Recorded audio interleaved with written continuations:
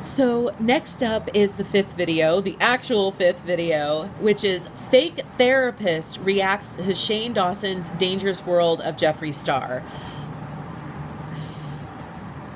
This video has 2,221 views, 96 likes, and 116 dislikes.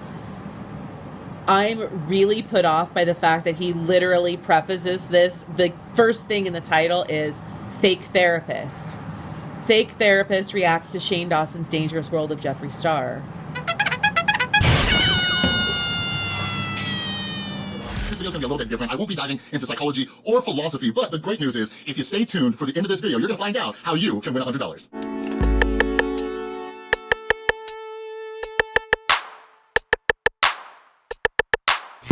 Follow me over on Instagram and Twitter at the Rewired Soul. All right. So, anyways, for this video, we will be donating 20% of all the ad revenue to the ASPCA. I thought, since we'll be talking about the allegations against Shane Dawson and the relationships with his cat, why not donate to the ASPCA? But I don't even know if this video will be monetized or not because I'm going to do a kind of unedited, unfiltered video. But yeah, anyways, the new video from Shane Dawson from his Jeffree Star series just came out, The Dangerous World of Jeffree Star, and we got to see, what was going on at that time when Shane Dawson was getting accused of the cat stuff, but as well as when Jeffree Star's warehouse got broken into. But anyways, for those of you who haven't met me yet, I can relate to having the internet come at you.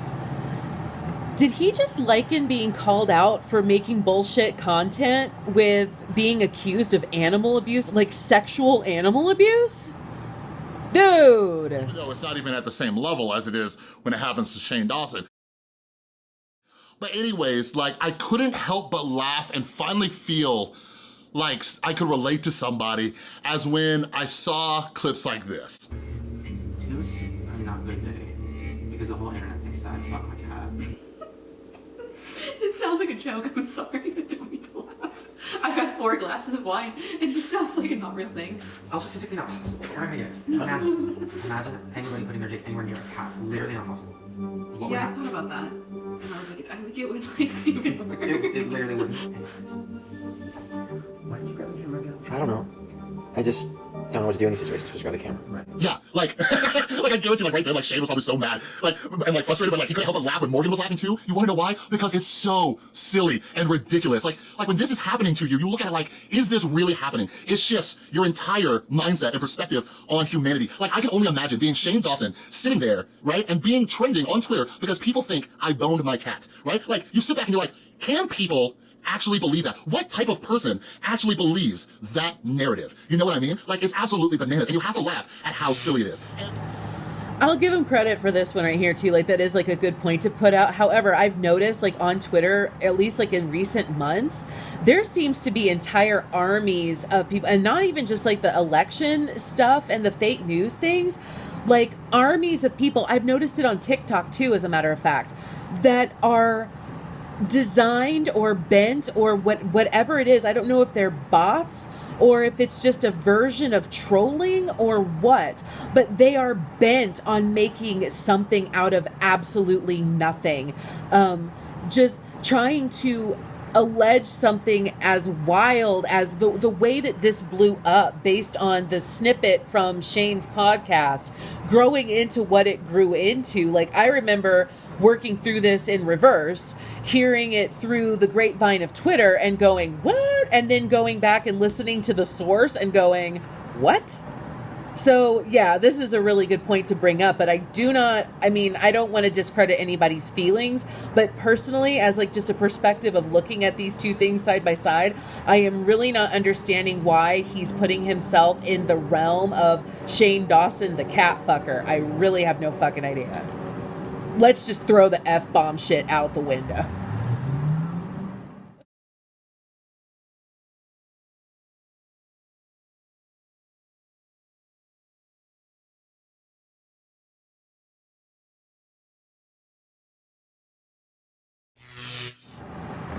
Okay, if anyone can enlighten me, I've watched some of the videos and gone back and whatever, and yet I have never seen anything of any sort of flavor that allows me as a viewer to relate what exactly were people accusing Chris of that is making him feel like this. I don't know. If anybody is watching this ever and can point me in some kind of a direction, that would be great.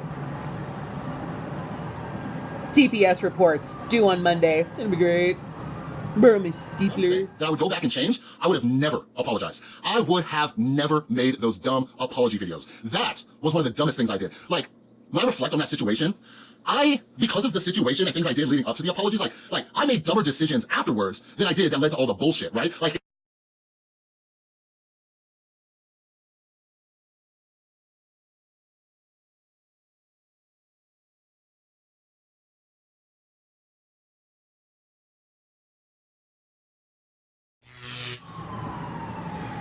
He's actually very right about that, though, and I would actually say that kind of like it harkens back to what I was saying about people pleasing a little bit, and how like the more that you try to people please, the more you end up doing things that don't actually please them, because you're trying so hard to elicit a reaction that you start thinking about what you're capable of doing to elicit the reaction, instead of stopping to think of what might actually elicit that reaction in other people. Here's an anecdotal story from my childhood, right? So like, no shade, no hate to my parents or anything like this, but like when I was a little girl, like most other little girls, I really liked horses and I really wanted a horse. We lived on a farm. I grew up we had pigs and cows, and then we got rid of the pigs and it was just cows and whatever. But so it's like I was in a seemingly perfect environment for the ownership of a horse, right?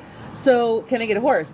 So no. You know, my family was relatively poor. So like, of course, horses are expensive. But anyway, I digress. So the point is that one Christmas, everything I got was horse themed. I got a book about how to draw horses. I got a horse outfit. Like it was really pretty green with horse print. And it was like a vest and a skirt that my mom made and stuff like that. And it was really cute. Like I remember wearing it to participate in a music contest or something like that. Anyway, memories.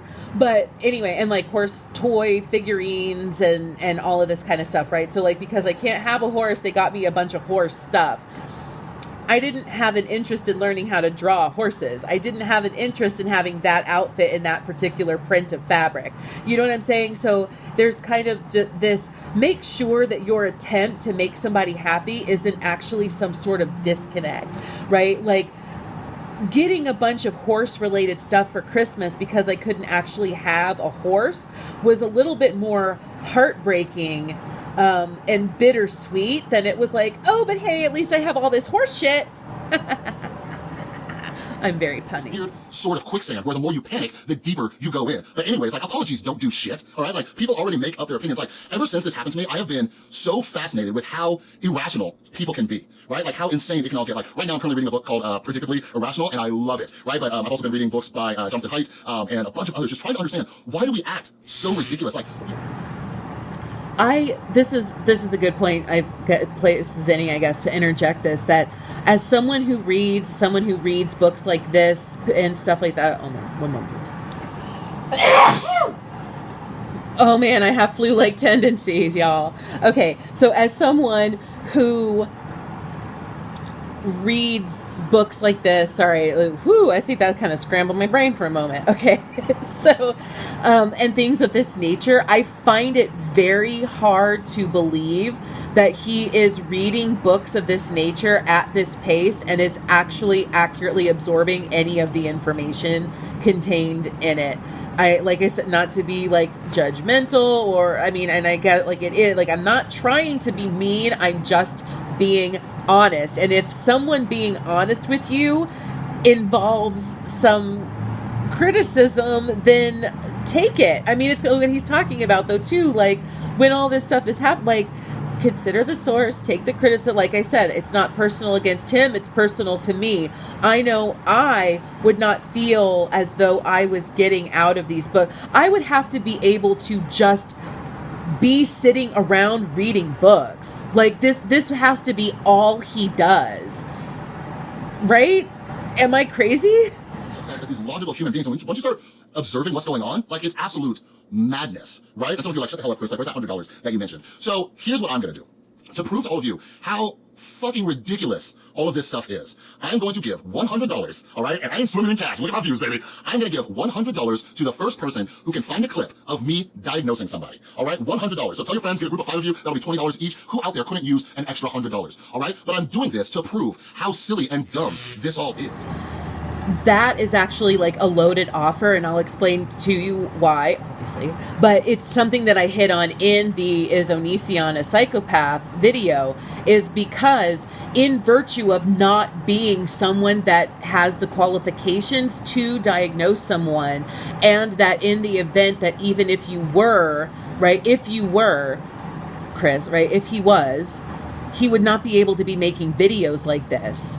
It won't be possible. So it's a technicality, which, not to like to, or just kind of to point out, like, this is the sort of stuff that, I mean, just in virtue of like exposing people to things, this is the sort of argumentation that's typically undertaken in things like analytic philosophy, and like hard, like symbolic logic, and like real, like staunch, dry, boring kind of like philosophical academic sort of stuff. Is that, is it even possible for someone who literally isn't qualified to be diagnosing to ever be doing the activity of diagnosing somebody?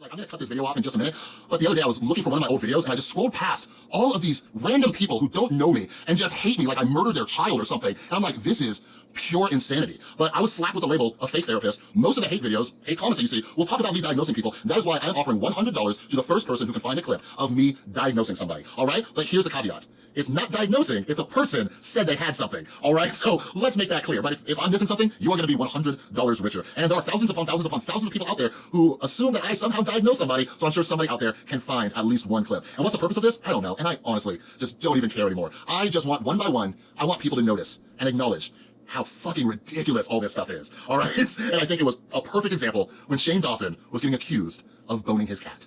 All right? But anyways, tell a friend, tell a family member. They can win $100 from this guy if you find a clip of me diagnosing somebody. But anyways, that's all I got for this. Get your own life together. Get your own living situation together. You're giving us advice in your one-bedroom apartment. You know what I mean? Like, get your own together. If you were this genius mastermind, like, knows everything, Joel Olstein, friggin' Dr. Laura, Dr. Phil, you'd have your shit a lot more together. God. Tristan, call 911. It hurts.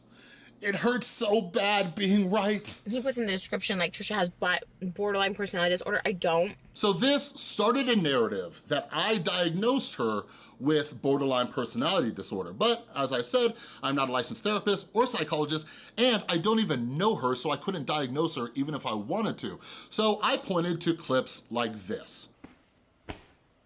If you're in a good mood, you're gonna love it. Isn't that the fun part, though, about dating someone with, like, borderline personality? Like, you don't know what mood they're going to be in. Are they going to be happy? Are they going to be mad? You're always in a good mood unless I piss you off. Now, that did not stop a bunch of drama channels and commentary channels from making videos about me claiming that I diagnosed Trisha Paytas with borderline personality disorder.